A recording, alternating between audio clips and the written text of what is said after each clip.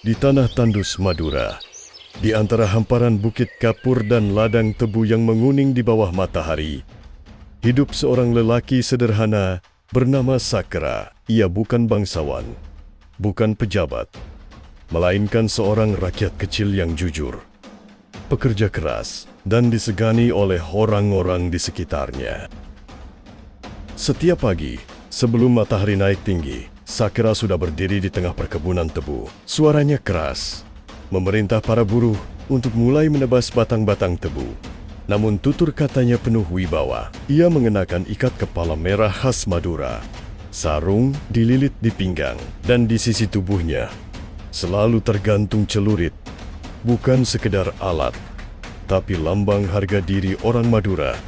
Sebagai mandor tebu di perkebunan Belanda di daerah Bangkalan, Sakra berada di posisi sulit. Ia bekerja di bawah pengawasan tuan-tuan Belanda yang kejam, tapi hatinya berpihak pada rakyat. Ia tahu bagaimana penderitaan para pekerja yang tiap hari mencangkul di bawah terik, tapi hanya dibayar recehan. Belanda memperlakukan mereka seperti mesin, bukan manusia. Jika ada yang terlambat, cambuklah hukumannya. Jika hasil panen dianggap kurang, upah dipotong tanpa belas kasihan. Sakra sering menahan amarahnya. Di depan Belanda, ia tampak tenang. Tapi di dalam dadanya, bara kebencian terhadap penjajahan makin membesar.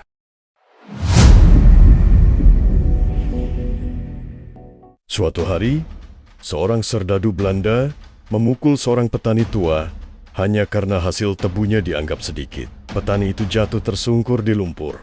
Darah mengalir di bibirnya. Melihat itu, Sakra tak tahan. Ia melangkah cepat, menarik kerah serdadu itu, menatapnya dengan mata membara.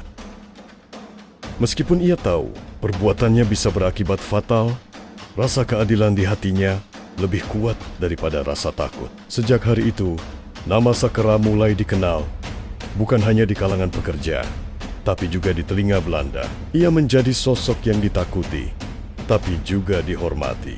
Rakyat mulai memandangnya sebagai pelindung. Bila ada pekerja yang tertindas, mereka akan datang ke rumah Sakra di pinggir kebun, memohon perlindungan. Dan Sakra tak pernah menolak.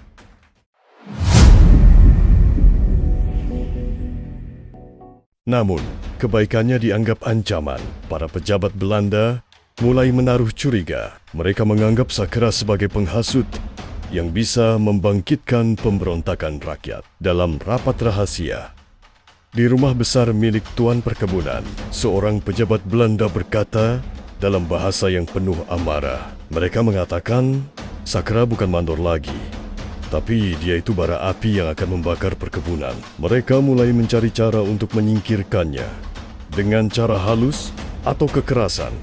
Mereka tak peduli. Sementara itu, kehidupan di Madura makin keras. Pajak dinaikkan.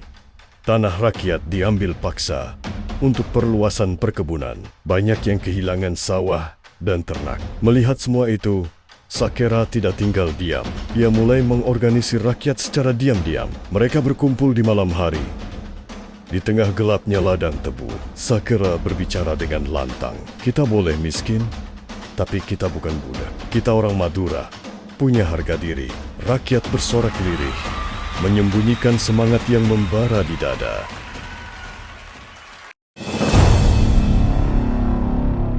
Suatu pagi, sekelompok serdadu Belanda datang menagih pajak dari para petani yang sudah kehabisan uang. Mereka memukul, merampas hasil panen, bahkan membakar gubuk seorang warga yang menolak. Saat itulah Sakra muncul. Langkahnya mantap, matanya menyala. Ia berdiri di tengah jalan tanah, menghunus celuritnya. Suasana hening sesaat sebelum pertarungan pecah. Dengan teriakan lantang, Sakra menyerang. Celuritnya menebas udara, memantulkan cahaya matahari. Dua serdadu roboh dalam sekejap. Rakyat yang menonton dari kejauhan berteriak kagum sekaligus takut. Namun Sakra tahu, kemenangan itu hanya awal dari badai besar. Belanda tidak akan tinggal diam.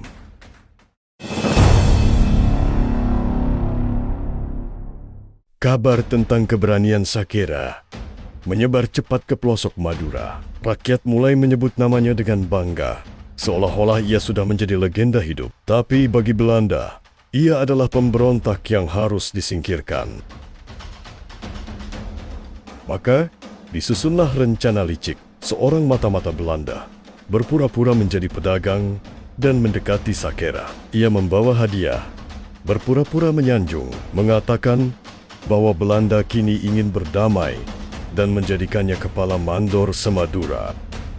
Sakera, yang selama ini tulus dan jujur, percaya pada niat itu. Ia tidak tahu bahwa di balik kata manis itu tersembunyi jebakan maut. Suatu sore, ia diundang menghadiri pertemuan penting di Bangkalan. Katanya, pertemuan itu untuk membicarakan kesejahteraan pekerja tebu. Dengan hati penuh harapan, Sakera berangkat. Ia memakai sarung terbaik, mengenakan ikat kepala merah yang menjadi ciri khasnya, serta celurit kesayangannya dibawa seperti biasa. Namun, begitu tiba di tempat pertemuan, sebuah rumah besar milik Tuan Belanda, puluhan serdadu sudah menunggu. Mereka keluar dari balik tembok, senjata diarahkan padanya. Sakera sadar ia ditipu, tapi pantang baginya untuk menyerah tanpa melawan. Ia menghunus celuritnya dan bertarung dengan keberanian luar biasa. Suara dentingan senjata, teriakan serdadu, dan napas berat terdengar bersautan. Sakera melompat, menebas, mengelak, tapi jumlah musuh terlalu banyak. Akhirnya, ia terjatuh. Darah mengalir dari luka di dadanya. Tapi genggaman pada celurit itu tidak pernah lepas. Ia ditangkap hidup-hidup.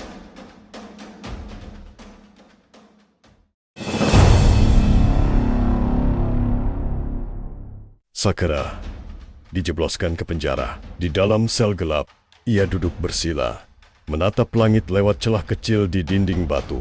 Ia tidak menyesal. Dalam hatinya ia berbisik, lebih baik mati sebagai orang merdeka daripada hidup sebagai budak. Kabar penangkapan Sakera menyebar cepat. Rakyat Madura bersedih.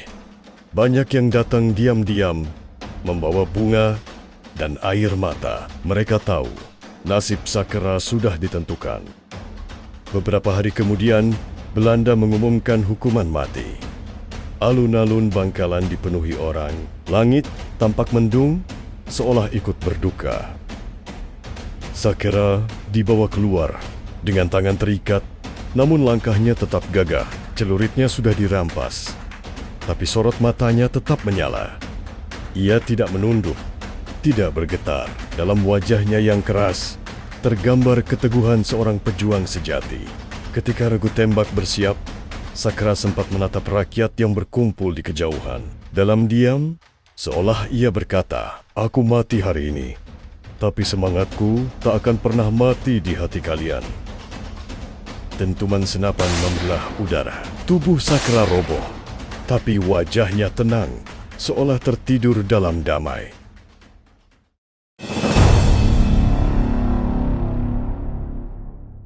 Setelah kematiannya, rakyat Madura menatap langit dengan mata berkaca. Mereka tahu seorang pejuang telah pergi, tapi juga lahir legenda. Sejak saat itu, nama Sakera tak pernah hilang dari ingatan. Ia menjadi simbol keberanian dan harga diri. Dalam setiap pentas ludruk, cerita rakyat, atau nyanyian tradisional, nama Sakera selalu disebut dengan bangga. Di setiap celurit yang diasah, di setiap petani yang bekerja di ladang, semangat Sakera terasa hidup. Semangat yang menolak ketidakadilan dan berani melawan penindasan. Madura mengenangnya bukan hanya sebagai mandor tebu, tapi sebagai pahlawan rakyat. Dan hingga kini, setiap kali matahari terbenam di ladang tebu, orang-orang tua Madura masih berbisik pelan. Di sanalah dulu Sakera berjalan, menjaga rakyatnya dengan keberanian dan kehormatan.